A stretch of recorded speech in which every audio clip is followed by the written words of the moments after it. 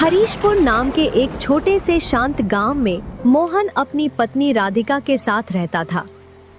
इन दिनों गांव में बरसात का मौसम शुरू हो चुका था। बिजली तड़कने लगी और फिर तेज बारिश की पहली फुहारें धरती पर गिरने लगी। अजी 2 दिन से बारिश लगातार पड़ रही है, ना धूप निकली ना कोई सूखी चीज बची है घर में। अगर ऐसे ही बारिश पड़ती रही तो हमारे पास खाने को भी कुछ नहीं बचेगा। तू ठीक कह रही है राधिका, तू तो वैसे भी समझदार है, लेकिन अब हम करें भी तो क्या? खेत पूरी तरह पानी में डूब गए हैं, अनाज की बोरी भी गीली हो गई। हमारे पास जो थोड़ी बहुत दाल चावल थे वो भी खत्म हो गए हैं, लकड़ियाँ भी भीग गई, चूल्हा तक नहीं जल रहा। और तूने सुना ना, रामू काका कह रहे थे कि बारिश कम से कम 15 दिन और चलेगी, ना रास्ता खुलेगा ना कोई बाहर से कुछ लाएगा। ऐसा तो मत बोलो अजी, अगर इसी तरह पानी गिरता रहा तो हम खाएंगे क्या? बच्चे का दूध भी बचा नहीं। बारिश लगातार पड़ती रहती है, फिर 2-3 दिन बाद बारिश रुक जाती है। मोहन भर जाता है काम ढूंढने के लिए। मालिक, आपके पास अगर कुछ भी काम हो तो बताइए, मैं कुछ भी करने के लिए तैयार हूँ। बस घर में बैठकर बच्चों की भूख नहीं देखी जाती। अरे मोहन, मैं तेरा दुख समझता हूँ, लेकिन जब से ये बरसात लगी है मैं तो खुद अपने मजदूरों को आधा काम दे रहा हूँ। खेत पानी में डूबे पड़े हैं, छत की मरम्मत भी रुक गई, अभी तो कोई काम नहीं है बेटा। मालिक, मैं हल भी जोत लूं, दीवार भी चून दूं, जानवरों को चारा भी डाल दूं, चाहे पानी में भीग कर करना पड़े, मगर कुछ दीजिए ना बच्चों को। 2 दिन से बस उबला पानी पिलाया। देखो मोहन, काम तो बहुत है, खलिहान की मरम्मत, गौशाला की सफाई, अनाज की बोरियां लगानी है, पर इन हालात में कुछ कर भी नहीं सकते। सारा गांव ठप पड़ा है, मेरा भी नुकसान कम नहीं हुआ। मालिक, अगर मुझसे कोई गलती हुई हो तो माफ कर दीजिए। शायद ऊपर वाला भी हमसे नाराज है। सोचता हूँ कहीं मैंने किसी गरीब को मना तो नहीं कर दिया था, या किसी भूखे को बिना खिलाए लौटा दिया हो, तभी इतनी बड़ी सजा मिली। गलती किसी एक की नहीं बेटा, ये तो वक्त की मार है, कुदरत का कहर सब पर बराबर पड़ता है। तू फिक्र मत कर, जैसे ही पानी थमेगा सबसे पहला काम तुझे ही दूंगा। और सुन, शाम तक आंगन में थोड़ी लकड़ियां और अनाज की बोरी रखी हैं, तू ले जा लेना। घर में बच्चों के लिए कुछ तो हो। मोहन 2-3 जगह काम मांगने जाता है, लेकिन बारिश की वजह से उसे कहीं काम नहीं मिलता। थकाकर मोहन चौपाल की ओर जाता है। अरे भाई प्रकाश, इस बार तो बारिश बढ़िया पड़ रही है, खेतों के लिए तो जैसे वरदान बन गई। बिल्कुल राजू भाई, बारिश पड़नी भी चाहिए, अगर ये ना हो तो गर्मी जान ही निकाल लेती है। पिछले साल तो मई जून में हालत खराब हो गई थी। सही कह रहे हो प्रकाश, इस बार तो मौसम भी वक्त पर पलट गया है। ऐसे ही 10 दिन तक लगातार पानी बरस जाए तो फसल भी जम जाए और गर्मी भी भाग जाए। अरे हाँ, 10 दिन की तो जरूरत है बारिश की, वरना फिर से धूप निकलेगी तो मिट्टी फट जाएगी। मैंने भी मौसम की खबर देखी थी, बताया जा रहा है कि पीछे से काफी भारी बादल आ रहे हैं। ओह, मतलब बारिश रुकने वाली नहीं है? नहीं भाई, मौसम विभाग ने तो साफ कहा है अगले 10 दिन तक लगातार बारिश हो सकती है, बाहर निकलना मुश्किल हो जाएगा। उन्होंने तो सलाह भी दी है कि लोग जरूरी राशन वाशन पहले ही घर में रख लें। तो फिर चिंता किस बात की, मैं तो आज ही सारा सामान लेकर आ जाऊंगा। चावल, दाल, आटा, तेल सब भर लूंगा घर में, फिर आराम से बरसात के मजे लेंगे। गर्मा गर्म खिचड़ी, पकौड़ी और ऊपर से गर्म चाय। इतना सुनकर मोहन चौंक जाता। अगर बारिश ऐसी ही पड़ती रही तो हमारा तो काम खराब हो जाएगा, हमारे घर में तो खाने को भी नहीं है, और ये लोग 10 दिन तक बारिश बता रहे हैं। ऐसे में खाने को कहाँ से आएगा और घर का किराया कहाँ से दूंगा? मोहन चिंता करता हुआ अपने घर चला जाता है। अरे भाग्यवान, मैं अभी बाहर से सुनकर आ रहा हूँ कि अगले 10-12 दिन तक लगातार बारिश होगी। मेरी तो कुछ समझ में नहीं आ रहा कि मैं क्या करूं, कहां जाऊं। क्या 10-12 दिन तक बारिश? मोहन, अगर ऐसा हुआ तो हम खाएंगे क्या? तुम्हें तो पता ही है घर की हालत कैसी है, हर तरफ से पानी टपक रहा है। अब तो बर्तन भी रखने की जगह नहीं बची। हाँ, मैं जानता हूँ राधिका, इस टपकती छत के नीचे हम कब तक टिक पाएंगे? अगर और बारिश हुई तो बच्चों को भी बीमारियां लग सकती हैं, घर में सीलन बढ़ती जा रही है। लासी, और देखो, सेठ जी का किराया भी देना है, पहले ये 2 महीने का बाकी है। अगर ऐसे ही हालात रहे तो हम कहां से किराया भरेंगे? वो तो सुनते भी नहीं हमारी बात। यही तो मेरी भी समझ में नहीं आ रहा। एक तरफ बारिश रुकने का नाम नहीं ले रही, दूसरी तरफ जेब में फूटी कौड़ी नहीं है। राधिका, ये सब मैं अकेले कैसे संभाल पाऊँ? मोहन, मैं जानती हूँ कि तुम कोशिश कर रहे हो, लेकिन अब वक्त ऐसा आ गया है कि अकेले की नहीं, दोनों की लड़ाई है। हमें मिलकर ही रास्ता निकालना होगा। अगले दिन ही आसमान में अचानक काले काले बादल उमड़ने लगते हैं और तभी तेज बारिश शुरू हो जाती है, जैसे आसमान फट पड़ा हो। पानी की बूंदें जमीन पर गिरते ही मिट्टी की खुशबू फैलाने लगती हैं और अब तो देखो बारिश और भी तेज हो गई है और ये छत तो जैसे बिल्कुल जवाब दे चुकी है। हर कोने से पानी टपक रहा है। एक तरफ से बारिश की मार है, दूसरी तरफ भूख की मार। अब तो घर में पका भी नहीं सकते, चूल्हा भी भीग गया। मैं क्या करूँ राधिका, समझ नहीं आ रहा। बाहर सैलाब जैसा मंजर है, ऐसे में बाहर निकलूं तो जाऊं कैसे? मोहन, देखो मैं जानती हूँ बाहर हालात अच्छे नहीं हैं, लेकिन सोचो जरा, अगर ये बारिश ऐसे ही चलती रही तो हम खाएंगे क्या? बच्चों को क्या खिलाओगे ये टपकता हुआ घर? आज नहीं तो कल हमारी जान ले लेगा। ये भूख हमें उससे पहले तोड़ देगी। राधिका, इतनी बारिश में निकलना जान जोखिम में डालने जैसा है। रास्ते में कीचड़ ही कीचड़ है, पैर भी फिसल सकता है। और फिर मुखिया जी क्या मदद करेंगे? वो खुद हर बार बहाना बना देते हैं। मोहन, तुम्हें जाना ही होगा। ये वक्त बहानों का नहीं है। अगर अब नहीं गए तो कल को पछताने का भी मौका नहीं बचेगा। जाओ, सीधा जाओ मुखिया जी के पास, उन्हें हमारी हालत बताओ, उनके सामने हाथ जोड़ो, रो पड़ो, अगर जरूरत हो तो, लेकिन कुछ लेकर आओ। मोहन सेठ जी के घर जाता है पैसे उधार लेने के लिए। मुखिया जी घर के बाहर आते हैं। अरे मोहन, तू इतनी बारिश में यहाँ कैसे, और वो भी मेरे घर के बाहर? क्या कोई बहुत जरूरी बात है? मुखिया जी, इस बारिश ने तो मेरा जीना ही हराम कर दिया है। छत से लगातार पानी टपक रहा है, घर के अंदर जैसे नदी बह रही है। बच्चे ठंड से कांप रहे और चूल्हा तो 2 दिन से जल भी नहीं पाया। खाना नहीं है, पैसे नहीं है, मजबूरी में ही आपके पास आया हूँ। अरे मोहन, बारिश तो अभी कम से कम 8-10 दिन और चलेगी। तू जानता ही है इस बार गर्मी बहुत तेज पड़ी थी। बारिश होनी तो जरूरी थी।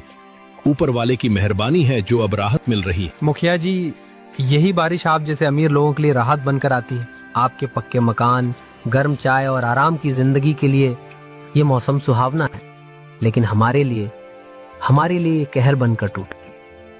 मेरे जैसे रोज कमाने खाने वालों के लिए बारिश का हर दिन एक सजा है। मैं आपसे भीख नहीं मांग रहा, सिर्फ कुछ पैसे उधार मांग रहा हूँ, ताकि 2 वक्त का खाना जुटा सकूं, बच्चों को भूखा न सुलाना पड़े। जब हालात सुधरेंगे तो मैं पूरा चुका दूंगा। ईमान से। देख मोहन, पैसों की बात अभी बिल्कुल मत कर। मैं खुद कई लोगों को पैसे दे चुका हूं और अब मेरे पास देने को कुछ नहीं बचा। तू जानता है पंचायत में खर्चे कितने बढ़ गए हैं। मैं तुझे बिल्कुल भी पैसे नहीं दे पाऊंगा। तू कहीं और से इंतजाम कर ले, किसी और के पास जा। और हाँ, बारिश तो सबके लिए आई है। फर्क इतना है कि कोई भीगते हुए सहता है और कोई छत के नीचे बैठकर देखता है। मोहन लौटकर अपने घर आने लगता है। कभी मोहन के घर सेट आता है, घर का किराया लेने सुनो राधिका, मुझे अपने घर का किराया चाहिए। वैसे भी 1 महीने का किराया ज्यादा हो चुका है, अब और देर बर्दाश्त नहीं करूंगा। सेठ जी, मोहन किराया लेने गया है, उसके आते ही हम आपको पूरा पैसा दे देंगे, बस थोड़ा समय दे दीजिए। देखो राधिका, मुझे बहानों की जरूरत नहीं है। जो भी है साफ साफ बोलो। किराया अभी दो, वरना इस घर से निकल जाओ। सेठ जी, हम कहाँ जाएंगे बाहर? इतनी तेज बारिश हो रही है, घर के आगे पानी भर गया है, छत से पानी टपक रहा है। हमारे पास इस वक्त कुछ भी नहीं है, खाना तक नहीं है। हम पर ऐसा अन्याय मत कीजिए। देखो राधिका, बारिश के वक्त हमें भी खाना चाहिए। तुम लोगों की दिक्कत मैं हर बार नहीं सुन सकता। ये बारिश 1 दिन की नहीं, 10-12 दिन तक चलने वाली है। सोचकर ही मैं पहले ही आगाह कर रहा हूँ। सेठ जी, बस 1 दिन और रुक जाइए, मोहन आते ही आपसे बात करेगा। हम आपको आपका किराया जरूर देंगे, अभी तो हालात बहुत खराब है। सेठ राधिका और उसके बच्चे को घर से बाहर निकाल देता है और वहाँ से चला जाता है। तभी मोहन अपने घर आता और बारिश में राधिका को खड़ा हुआ देखकर बहुत ही चौंक जाता है। राधिका, तुम इतनी तेज बारिश में यहाँ घर के बाहर क्यों खड़ी हो? क्या हुआ? मोहन सेठ सिंह जी आए थे किराया लेने। मैंने उन्हें समझाने की बहुत कोशिश की कि तुम पैसे लेने गए हो, मगर उन्होंने कुछ नहीं सुना। बोले कि बहाने बहुत सुन लिए, अब 1 दिन भी नहीं रुक सकते। और हमें घर से बाहर निकाल दी। उन्होंने इतनी बारिश में तुम्हें बाहर निकाल दिया, उन्हें जरा भी इंसानियत नहीं है। लेकिन मोहन, इतनी बारिश में हम वहाँ तक जाएंगे कैसे? कीचड़, पानी, अंधेरा, हमारे पास छाता भी नहीं है और तुम भी तो थके हुए हो। राधिका, जब तक हम दोनों साथ हैं कोई भी रास्ता मुश्किल नहीं। ये सब हालात हैं जो हमेशा नहीं रहे। मोहन, राधिका और उनका बच्चा तीनों बारिश में चल पड़ते हैं। थोड़ी दूर चलने के बाद उन्हें एक कंटेनर दिखता है। उसके पास उसका मालिक खड़ा होता है। सेठ जी, अगर आप बुरा ना माने तो एक बात कहूँ? हाँ हाँ मोहन, कहो क्या बात है? सेठ जी, ये जो कंटेनर आपने यहाँ फेंक रखा है, क्या ये पूरी तरह से खराब है? हाँ मोहन, ये कंटेनर अब किसी काम का नहीं रहा। जंग लग चुका है, अंदर का सामान भी निकाल लिया गया है। मैं तो इसे यहाँ से हटवा ही रहा था। सेठ जी, मेरे पास अब रहने के लिए कोई जगह नहीं बची। बारिश के कारण झोपड़ी भी बह गई है और किराया न देने की वजह से मालिक ने घर से निकाल दिया। अगर आप इजाजत दे तो क्या मैं इस कंटेनर को ही अपना छोटा सा घर बना लूं? मैं इसे साफ कर लूंगा, ऊपर कुछ तिरपाल डाल लूंगा, कम से कम सिर पे छत तो होगी। तुम्हारी आंखों में मजबूरी साफ दिख रही है मोहन। ये जमाना गरीब को जीने नहीं देता। तुमने मुझसे कुछ नहीं मांगा, सिर्फ एक बेकार चीज मांगी है, लेकिन तुम्हारे इरादे नेक हैं। ठीक है मोहन, ये कंटेनर अब तुम्हारा है, जैसे चाहो इस्तेमाल करो। और ये लो, कुछ पैसे रख लो। बहुत ज्यादा तो नहीं है, लेकिन शुरुआत के लिए काफी होंगे। इससे कुछ राशन ले लेना, कपड़े ले लेना और खुद को संभालो। सेठ जी, आपने मेरी जिंदगी बचा ली। भगवान आपको इसका बहुत अच्छा बदला दे। मैं कभी आपका ये एहसान नहीं भूलूं। मोहन उस एक कंटेनर को काफी अच्छी तरीके से घर जैसा बना देता है। वो बारिश से बचने के लिए कंटेनर के अंदर चले जाते हैं। मैला भी राधिका, सेठ जी ने जो पैसे दिए थे वो अब बस यही बचे हैं। मैंने सोचा था कि इनमें से थोड़ा राशन लाऊंगा, लेकिन अब समझ नहीं आ रहा कि इतने कम पैसों में घर भी चलाऊं या कोई काम भी शुरू करूं। तुम ही बताओ अब क्या किया जाए। देखो मोहन, जब वक्त बुरा आता है ना, तो अपने भी पराये बन जाते हैं। इस बरसात में किसी ने हमारी मदद नहीं की, ना मुखिया जी, ना मोहल्ले वाले, किसी ने नहीं। ऐसे में हमें ही अपने लिए रास्ता निकालना होगा। इन पैसों को यूं ही खर्च कर देने से बेहतर है कि इनसे कुछ काम शुरू किया जाए। ऐसा काम जो ज्यादा बड़ा ना हो, लेकिन कमाई दे और बरसात के मौसम में चले भी। देखो मोहन, इस बारिश में लोग घर से निकलते तो हैं, लेकिन उन्हें गरम खाने की तलाश होती है। बारिश और गरम चाय के साथ अगर कुछ तला भुना मिल जाए तो लोग मना नहीं कर पाते। मुझे लगता है तुम समोसे का ठेला खोलो। गरम गरम समोसे बारिश में खूब बिकते हैं। राधिका, ये तो सच में बहुत अच्छा आइडिया है। समोसे तो हर मौसम में चलते हैं, लेकिन बारिश में तो खासकर। और ठेले के लिए ज्यादा बड़ी पूंजी भी नहीं चाहिए।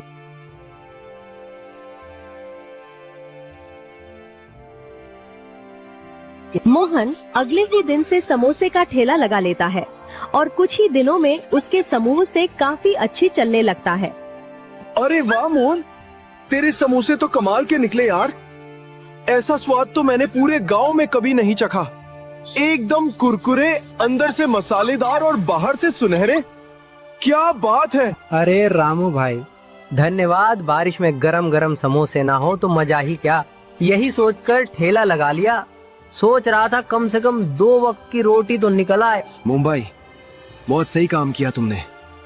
बारिश हो और गरम समोसे ना हो तो मौसम अधूरा लगता है। और तुम्हें तो इतने स्वादिष्ट समोसे बनाए हैं कि एक खाओ तो दूसरा अपने आप बुला ले। अरे बस, आप लोगों का प्यार ही तो मेरी असली कमाई है। जब कुछ नहीं था तो राधिका ने कहा था कि मेहनत से काम कर, किस्मत खुद ब खुद बदल जाएगी। और देखो आज आपके चेहरों की मुस्कान मुझे और हिम्मत देती। मोहन, तू तो अब समोसे वाला सेठ बनने वाला है। अगली बारिश में तेरी दुकान के आगे लाइन लगेगी, देख ले।